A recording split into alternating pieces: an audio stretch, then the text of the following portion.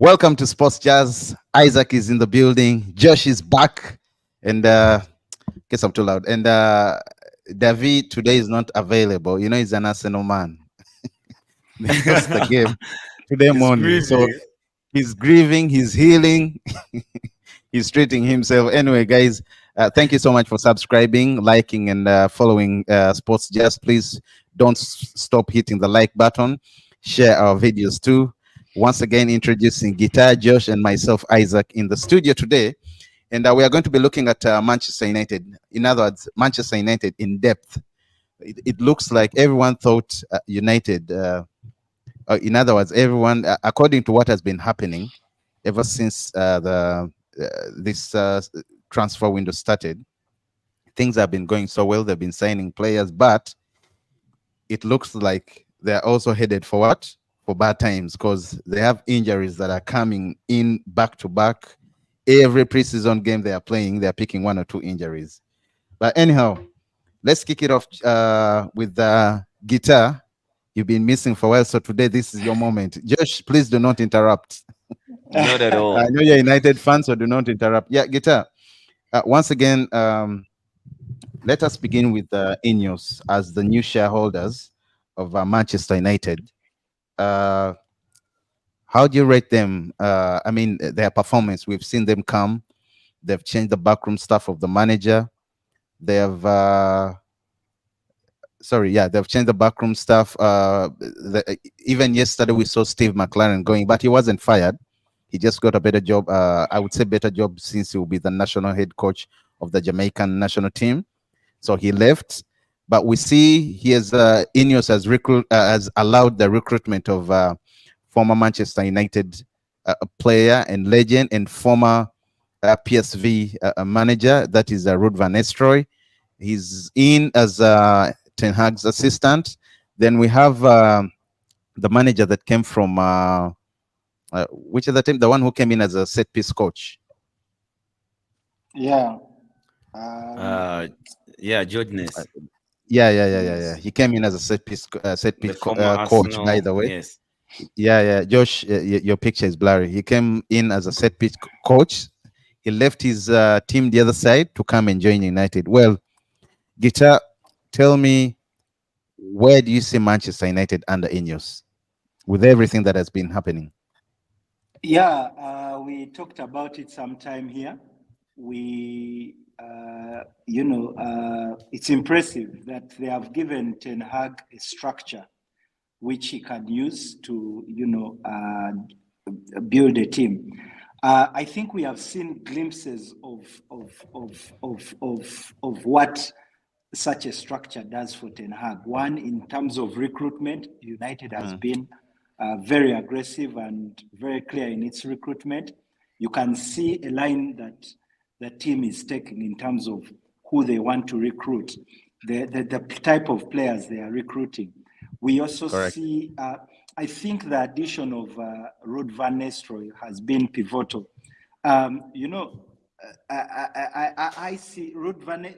You can see they are developing. They are focusing on the youth development. This shows you this project is going to be like a long-term project. So, of course, it would be very erroneous on anyone to think that United is going to be competing this season. But what one would expect is to see a philosophy, a style of play in this season. And with the type of recruitment, despite, of course, notwithstanding the injuries, you can see that United's type of the recruitment is focusing on the profiles that Ten Hag would want. Now, I mentioned the issue of Van Nistelrooy. Van Nistelrooy is going to play. If you watched the kind of games when he was coaching PSV, the kind of structure, it was a similar Eric Ten Hag template. Yeah, so it's going to imagine that, and Van Nistelrooy is going to help with the player growth, the player development. It's something sometimes we used to discuss off air, of course, that you don't see a lot of player development in the United of yesterday. You could see a player who has potential. You remember the likes of Januzaj. You remember the likes of, I know, Daniel, what was his name? The one who eventually was loaned out and then sold. Daniel James. Daniel James. So you'd see players who have the potential but lack that kind of development to come to fruition. So with Ruud van Nistelrooy, I know we'll come to discuss this, but when you saw yesterday's game, there was something different about. I focused particularly on Rashford. There's something different about him. I'm not. I don't want to, be quick to attribute it to Van Nistelrooy, but you can see glimpses of that in the training sessions. When you watch the training sessions, training sessions preceding the games, you see that Van Nistelrooy is key in that. You see him in, talking to the young players, talking to the senior players, do this and that. So, and he was one of the, most prolific strikers. So when you see that, I saw the final third in yesterday's game. You can see that this is coming up. But of course, one season will not be enough, and it will not be fair to judge Ineos or even the coaching staff. But if we see the philosophy and style of play, I honestly, we will be able to tell if indeed the coaching staff will be able to assess them. But at the moment, for me, despite the injuries, I am kind of impressed, and it would not be far-fetched to see United in 2 or 3 seasons competing for the trophy. So, in other words, it's safe to say that right now, it's best for United to first concentrate, build, establish the team the same way Arteta, because that's what Arteta did. I think if you remember his first seasons, the same thing that Klopp did. Yes. Get players, let them fit your system into your system, and you're off to go. Yes. Yesterday, I watched the episode. You see what Mikel Arteta went through was quite similar. Is quite similar to what Erik ten Hag went through. But the difference is, the press has a lot more spotlight on Manchester United. Everything Manchester United does is given a bigger spotlight than maybe what Mikel Arteta did. I'll give you an example. When Mikel Arteta had issues with Aubameyang and a bit with Xhaka and Ozil, whereas he had the opportunity to push them out and deal with the situation, Erik ten Hag was not afforded a similar opportunity. If you remember, when he benched Cristiano a few games, and one of the last games where he called him on and he refused to come on as a substitute. With a few minutes left. Yes, the media was. That game, United came from behind to win that game with a Garnacho goal, but the media did not focus on the win and the comeback. They were more focused on the bench issues, on the Cristiano issues, and it wasn't helped by Cristiano going to do an interview with Piers Morgan. So that when the Jadon Sancho thing happened, look, Erik ten Hag did not dismiss Jadon Sancho. He was answering a question that was posed to him by the press. They asked him why Jadon Sancho was not in the squad, and he said he did not impress him during the training. And remember, Ten Hag had given Sancho, some kind of sabbatical, put him away from the media to deal with some personal issues. The media did not, concentrate on that. The spotlight was put on him. Now, things did not, the injuries did not make even the matters any easier. So for me, Ten Hag is going through the same thing that Arteta did. The only problem is that the media, we can't deny that the media was looking for his neck last season, And you can always feel there is that sense of disappointment that he was not dismissed. So he's going to come under a lot of scrutiny. But if he's given a chance like Mikel Arteta, I'm sure he will deliver. Thank you so much. Thank you so much, Guitar. That was a very, very, very good insight of what's happening with Manchester United, especially under. Just a moment. Nicky Fadley is saying that. By the way, he said good evening earlier. Yeah, big up to you too. Yes, please. Yeah, buonasera, Fadley. So Fadley is saying that Arteta went through different. What he went through was different from Ten Hag because Arteta gained more points every season. Well, Ten Hag gained more trophies every season. I think they all have two trophies, right? Yes, but look here. Ten Hag had a back four that was changed 15 times. Arteta did not have the same thing. At the end of the game, at the end of a season, what are you looking out for? You may not have played well, but if you get trophies, you can't deny that the man has delivered you 2 trophies in 2 seasons. So yes, they are not the same, but they are similar. That's my argument. Okay, thank you so much. Yeah, Josh, I think Zach, forgive me if I call him Zach, that's also his name. Guitars. He has tackled and he talked good. He talked whatever is happening at Manchester United, talked what Ineos is doing. And the same question I posed to him goes to you. Is Ineos so far pulling the right strings? I mean, considering what's happening, the recruitment, you see they even hired the former what? Former Newcastle Sporting, the sporting director, hired him, and it looks like things are going so good. Although, of course, we're going to come to the injuries and the signings. But overall, how would you rate Ineos? Josh? To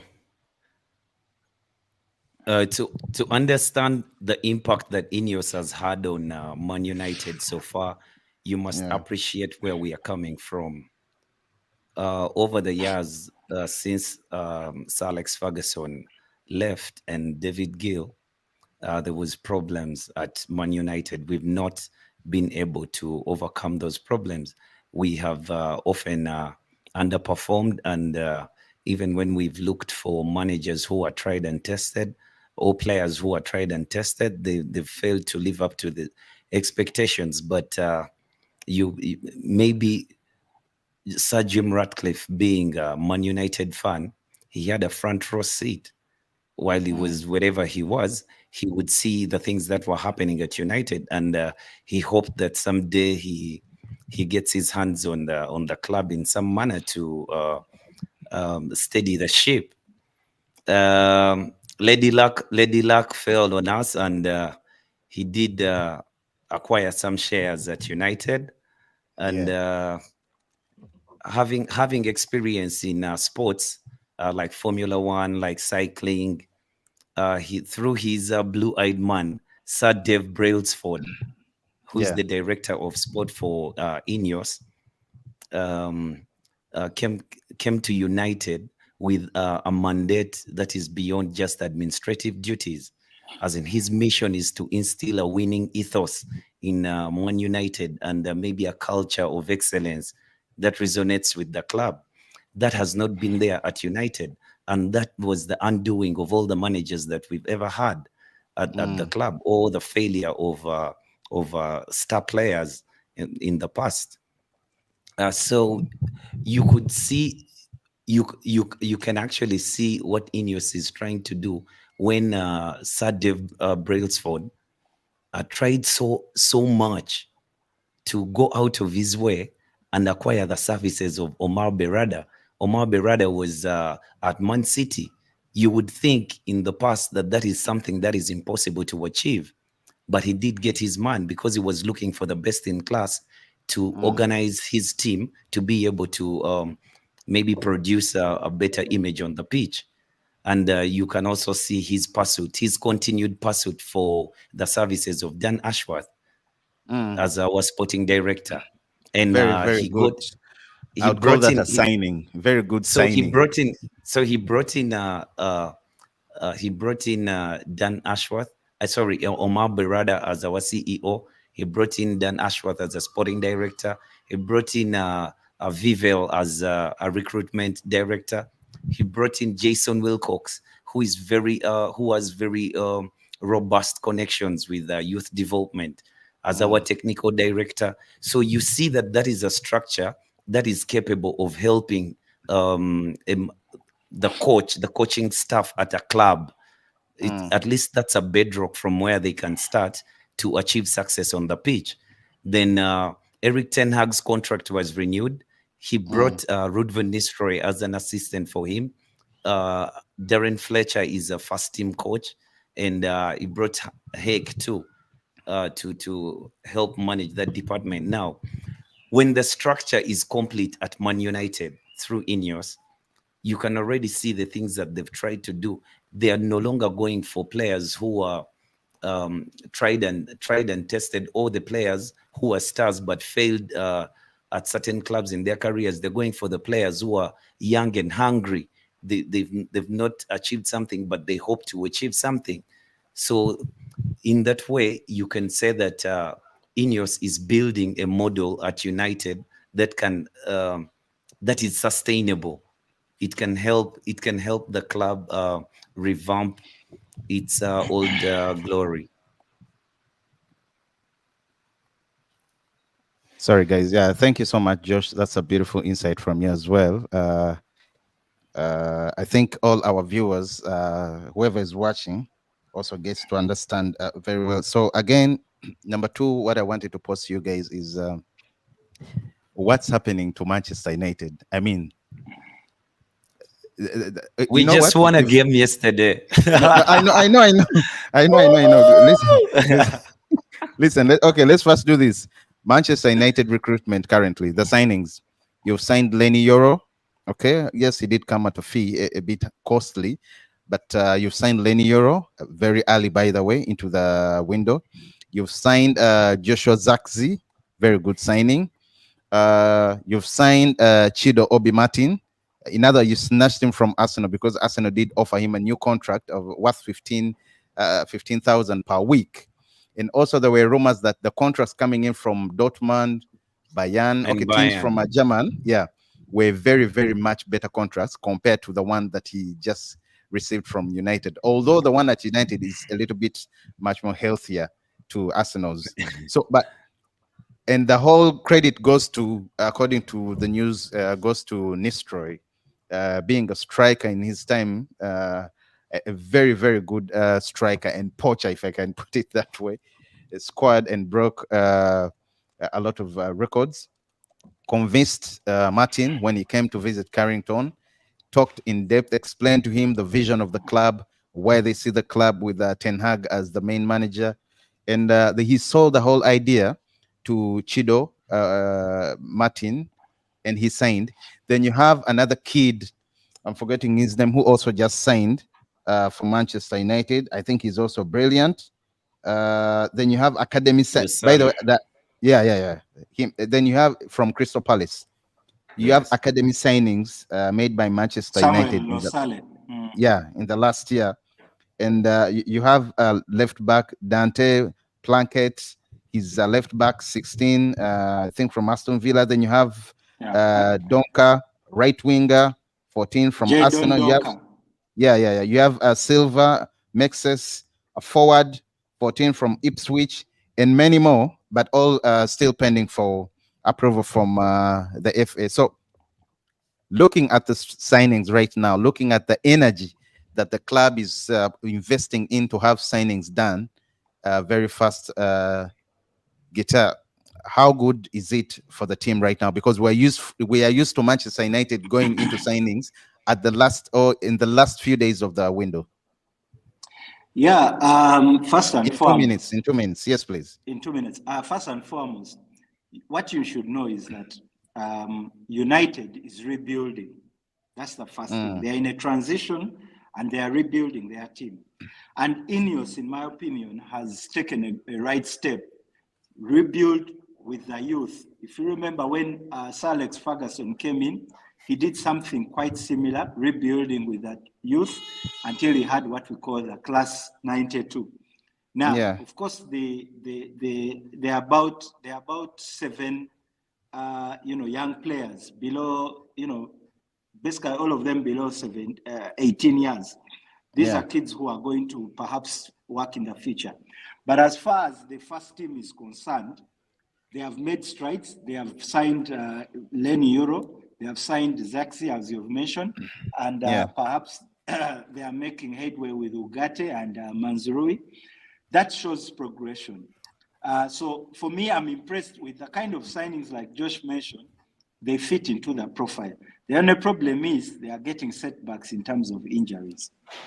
Okay, thank you very much. Yes, Josh, your intake with the current signings and how fast they are doing it. I like the way Ineos is operating, because we're, as a United fan, we've spent about 13 years not used to this, but this is good. They are very deliberate and intentional on what they want to do. They're looking at players who are young and hungry, which is a bit risky in some respects, because you never know if these players, you're not guaranteed that these players will actually make it. For instance, we just signed Lenny Euro and he's out for 3 months. You just, okay, that could happen to even an older player or a star player, but there's no guarantee that these players who are young and hungry will actually amount to something. But at least it is intentional, it is deliberate, and they want to create a backbone of a team that is going to fight together. At least they want to change the culture at the club, and what better way to change the culture at the club with new, young, hungry players. We have Kobe Mino, who is young. We have Garnacho, who is young. We have Rasmus Højlund, who is young. We have Joshua Zaxi, who is young. We have Lenny Euro, who is young. So I mean, Chido. We are Chido, Obi Martin, who is young, but I don't see Chido or Obi Martin playing in the league this season, at any point.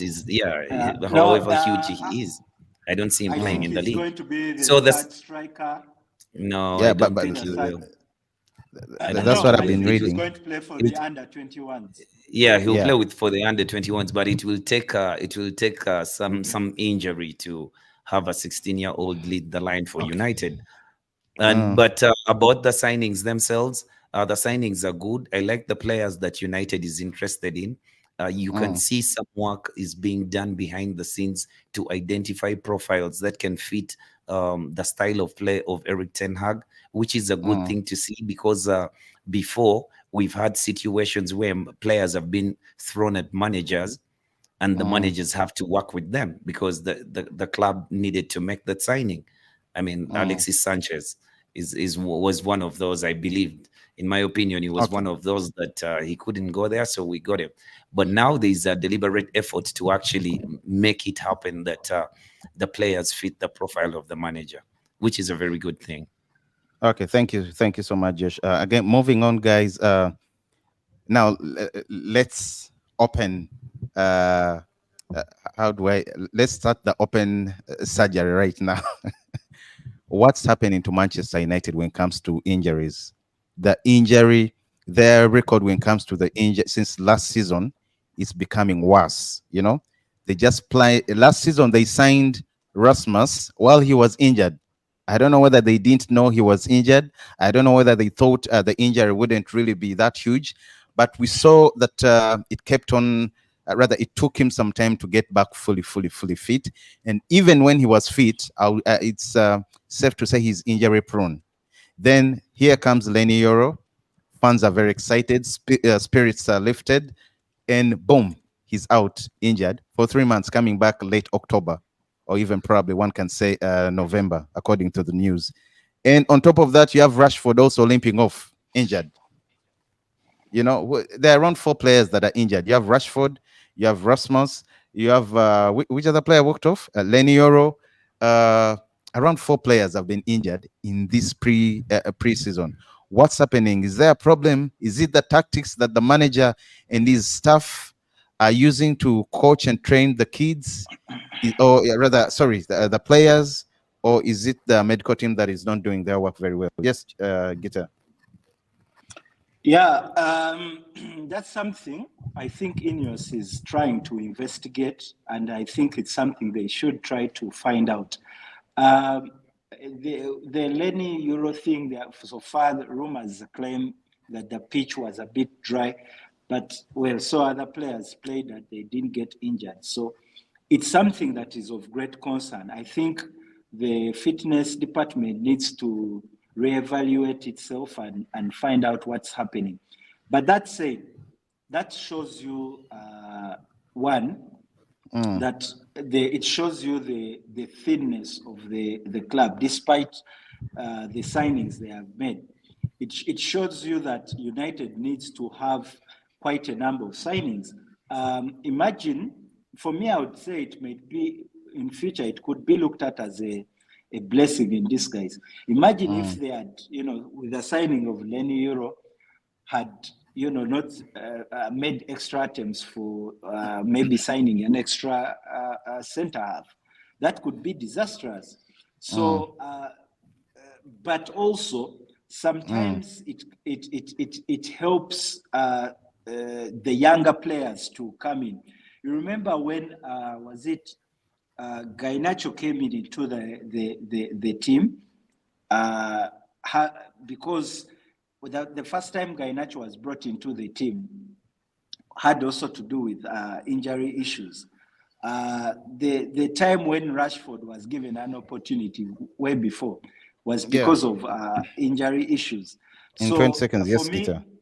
Yes. So now with the injuries of the left back, we have seen the opportunity of Amas.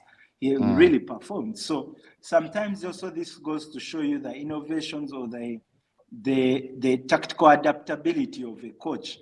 So, but that also tells you that United still needs to sign at least 3 or 4 more players to be able to compete.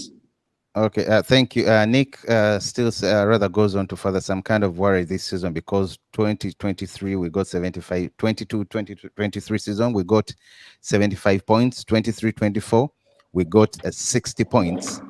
It was a huge drop. That is correct, brother. It was a huge drop. Yes, it is correct. Oh, sorry.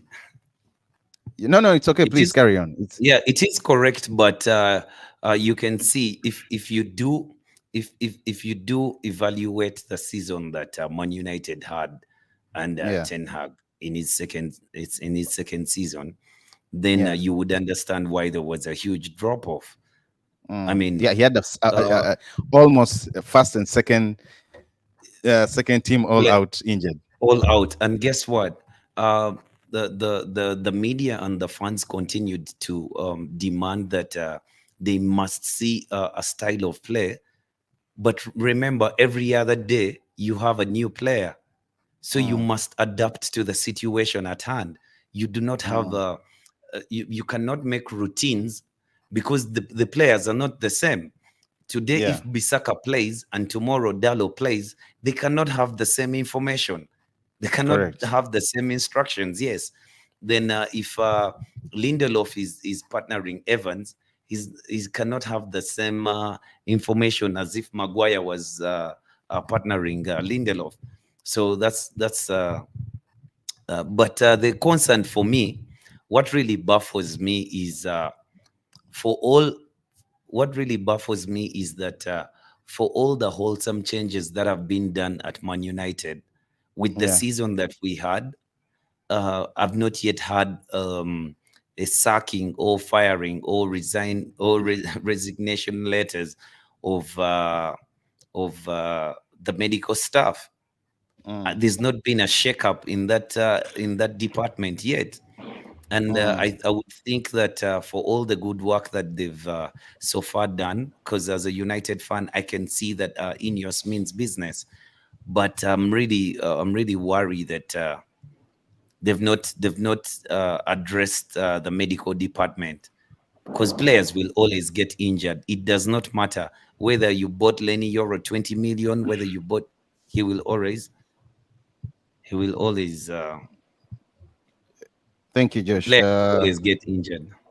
Yeah, and also, let me see what I want to ask. No, yeah, I think that's okay. Thank you so much. You've explained it.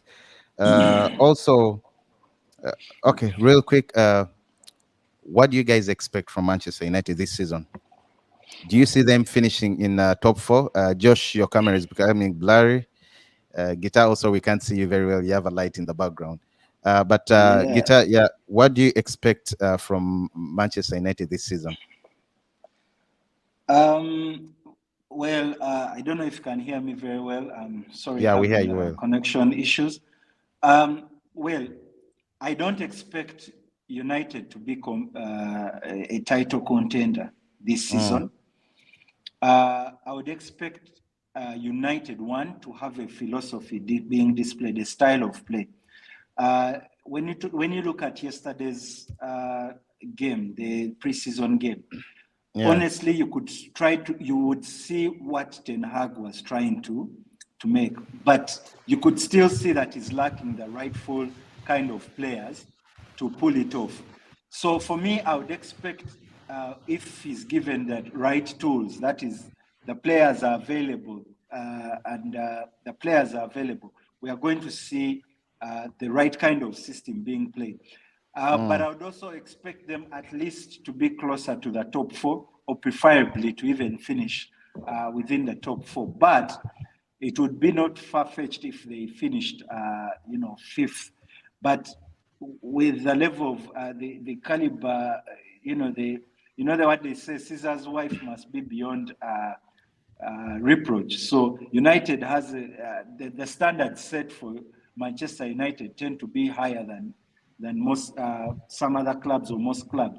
So that's correct. It will be expected for them to be at least in the top four, but which would for me would be a success. Thank you. Josh, do you see United finishing in the top four or even winning the league? Are they contenders? I mean, with what's happening, yeah. As a United fan, I'm spoiled. I go into the season hoping that we shall win the trophy, even when I'm aware of the problems that I have. I do think that maybe I'll just be a Leicester City and win it, even with the problems that I have. So going into the season, I know the realistic goal for Man United is to get into Champions League. Europe is not, Europe is not an option. We must get into the Champions League, no matter the problems that we have. We must get into the Champions League. Okay, so in other words, okay, now that you're talking about the Champions League, are you winning the Europa this season? Guitar, you're too close. I'm coming to you too as well, Guitar. Josh, are you winning the Europa this season? Yeah, I should have enough to win the Europa, but what I can tell you is we must get into the Champions League, whether through winning the Europa or finishing top four. But my manager has already demonstrated that he's a winner and he loves cups. We might just win that cup too. Thank you.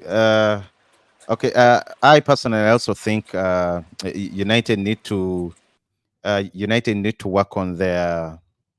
I mean, they need to work on signings very, very fast, because you see, Rasmus is going to be out for approximately, they said 6 weeks, but give that 2 months. Then you have Rashford. We don't know how long he's going to be out, so you need another striker. That's what Guitar was saying earlier, because reports were suggesting maybe Chido Obi Martin will come in as a third choice striker. But I think United need to get another striker. I'm telling you, if they want to compete, teams like Man City, you see Arsenal has enough midfield, but they still want to go in for Mikel Merino. So you need another striker. You need around 2-3 defenders. You get it? You need around 2-3 defenders. You need, of course, you need 2 more midfielders. You need to get Ugarte. I see PSG saying they could allow rather loan option with to buy 2, rather with an option to buy. You need all those players. United needs to reinforce 2 more midfielders, 3 more defenders, and I think a winger and a forward. They still need to buy players. Anyway, that's my take. So if we're to move on, guys, thank you so much for the insight of Manchester United. I know whoever is watching is truly, truly, truly, truly satisfied and convinced with your take. Moving on to preseason games, guys. Moving on to preseason games, we had real quick. We had Chelsea versus Club America last night, with Chelsea winning 3-0. We had Liverpool versus Arsenal. And Gita, tell me what you thought about the game, Liverpool versus Arsenal, in just a minute. It was an entertaining game.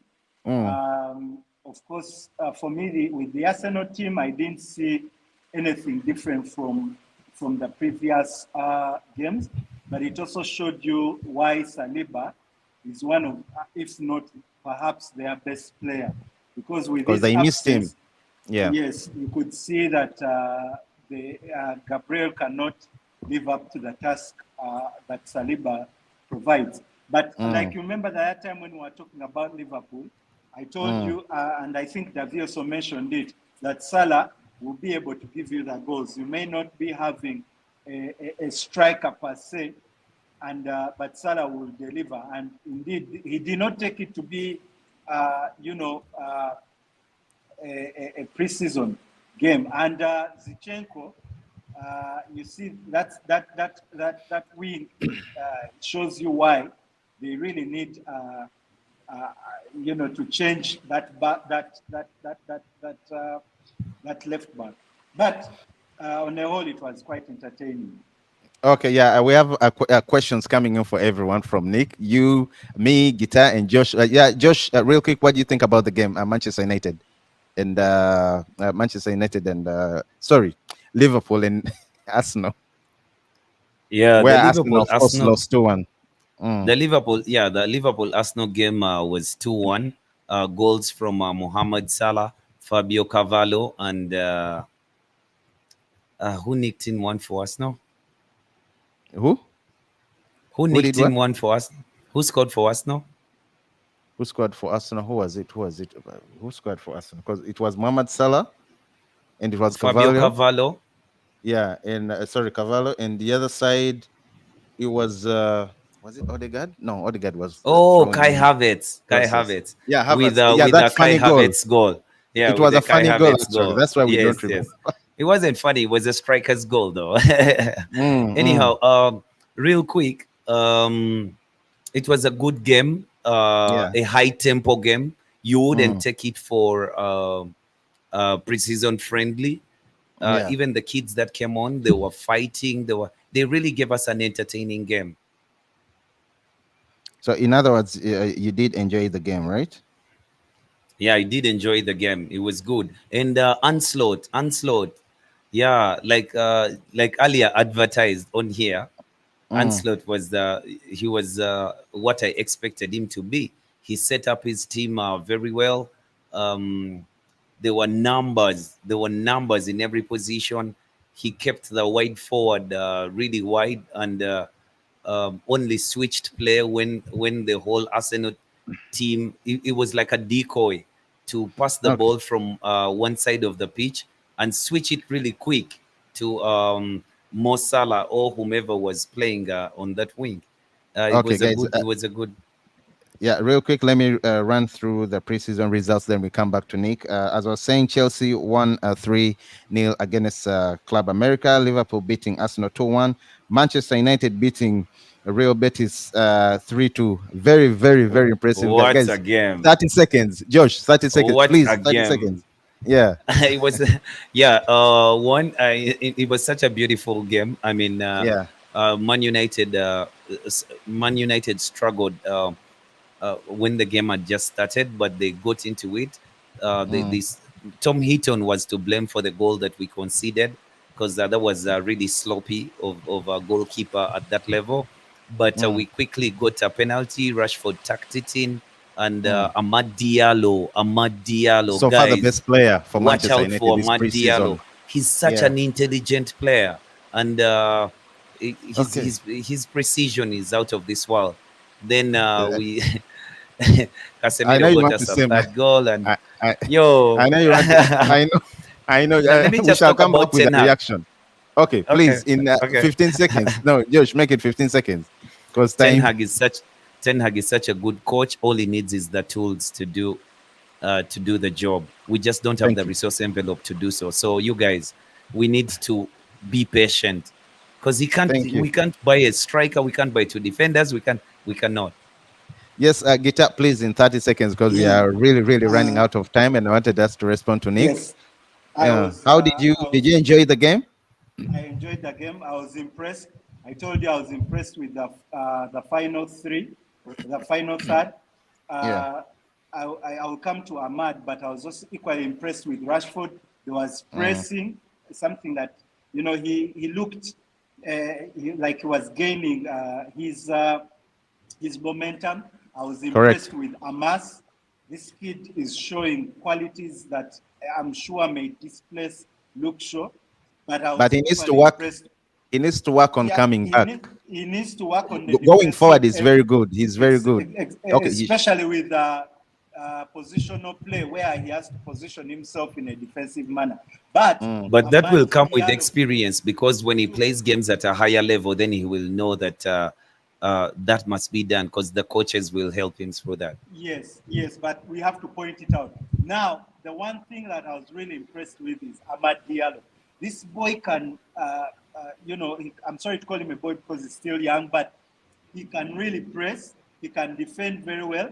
And when he has the ball, he's looking forward. Like he looks weak, but it's a bit hard to get the ball off him. So I think he can displace. This is his season for him to start, and I'm sure he has impressed Ten Hag. And Ten Hag needs to give him an opportunity and a chance. Thank you so much, Gita. Yeah, other results were Real Madrid versus AC Milan, where Madrid lost 1-0. Barcelona versus Man City 2-2, went to penalties. Barcelona won on 4-1. I need to jump in there. I think Man City was denied so many chances, and chances they would think they were offside. I think Man City really stepped up to their game.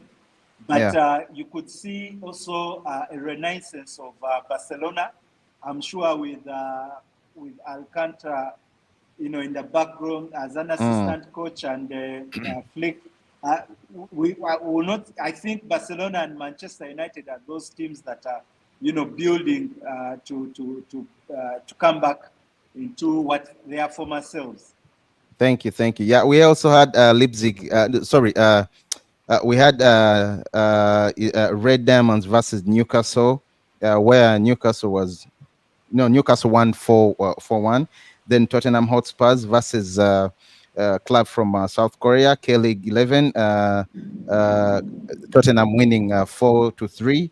And of course, today, guys, do not miss watching Red Bull Leipzig versus Aston Villa. And so, getting into Nick's, also Newcastle. Yeah, I did mention it. Yeah, Newcastle won 4-3. Yeah. Sorry, 4-1. So going into Nick's question, he says, Isaac, do you think who do you think will be the best performer this new season? I personally, I was going to mention Lenny Euro, but he's I see what's already happening. But I have two guys. I have Kobe Mino. I think he's going to be very, very, very impressive. And I also have Mino in this order: Mino, Ahmad Diallo, and Garnacho. Josh, your question is which is more likely? No, I think he's talking about Manchester United, because you see all these questions. Yeah. Okay. Josh Nick further asks which is more likely: Ten Hag gets sacked mid-season or Man United finish 4th? Josh? Nick, Ten Hag is here to stay. You can see that when Ineos decided to give him an extra contract, much Josh, as the media wants. Corners. You're going through corners. The media wants. You see, his question has a lot of corners. Which is more likely? Ten Hag getting sacked mid-season or finishing 4th? Yeah, but you see, that question is not black and white. As in, you have to understand the corners. I know, but time. But okay, yeah, Ten Hag finishing fourth. I don't think Okay. Ineos can go all through what they did and sack a Just to manager sack. midway. Yeah, just to And sack yeah, a manager. They're putting pieces in place for him to thrive. I do not think that mid-season they can sack him because they're not even after him winning the league. He just has to ingrain his tactics into the team. thank you. Yes, So and my answer Guitar, is Man United finish, winning the fourth. Europa League. Again, finishing fourth too. Okay, there you go, Yeah. Nick. And Guitar, which Premier League club is going to make a surprise or an impact this season? Surprise in terms of making Overall, it I to think top it means cut or overall. falling? Overall, Yeah, the way you see of Aston Villa surprised us last season. In the other season, it was Newcastle. Yeah. Personally, I wasn't surprised by Aston Villa. I'd seen their trajectory. I think the team will. It depends in terms of their targets, because if Manchester United are fit, they will truly surprise so many people. But for me, it will be Arsenal. I know many people are writing them off, but I think Arsenal will surprise so many people because with the signings they have made and possibly be able to bring in Merino, Arsenal will surprise so many people. But if you're talking about... no, I was going to say, Guitar, I want to give Josh only 10 seconds because we are out of 10 time. seconds. Yeah, Guitar. Guitar, I know the question is yours and give the him answer information. is yours. Give him information. But I can give you information that the surprise would be Arsenal not winning the league. No one is. I'm telling you, no one is doubting Arsenal. Actually, Arsenal is the big contender this season. Actually, I rate Arsenal ahead of Man City, so the surprise would not be Arsenal winning the league. If then I'll change to Aston Villa. Now, which one is which? I could also bring Aston an Villa. argument No, and you change your mind. It's Aston Villa. Okay. Yeah, for me, it's Manchester United. It will surprise many. No, I think I'll also go with Zach Aston Villa because they are pulling strings, they are buying players. West Ham, yeah, Fulham bought a whole host. Fulham bought a whole host of players and it was relegated. Nottingham Forest, the same thing, although they weren't. I also and West Ham is also buying players. We're supposed to give transfer news, but we are out of time. Yes, please. 5 seconds. Okay. I want to give to answer his first question of real quick, who is the best performer. If he's strictly in Manchester United, for me it would be Amad Diallo. And if it's all together, if he's given an opportunity, yeah, Amad Diallo. Then the whole league, you said Calafiori. No, the whole league. I want to go with Lenny Ruro, but with 3 months out, I would say, what's his name? From, oh my God, Watkins. Watkins from Aston Villa. Ole Watkins. Yes. I'm surprised, by the way, they haven't bought him. I thought teams were going to come bidding after that. I would say it was a good start for him. Well, the English media really did a number on you. As in, guys scored a goal at the Euros, and you just want everyone to buy him. No, he didn't get enough time or enough game time. But see, guys, let's wrap it up. Okay. By the way, that also last season, 19 goals without a penalty. Yeah. So absolutely impressive. Yeah, maybe he just doesn't have it to score penalties. He didn't miss. Neither did he miss. So. Yo, thank you so much for tuning in, guys. Thank you so much for tuning in. Of course, Isaac, we had Josh, we had Guitar in the building.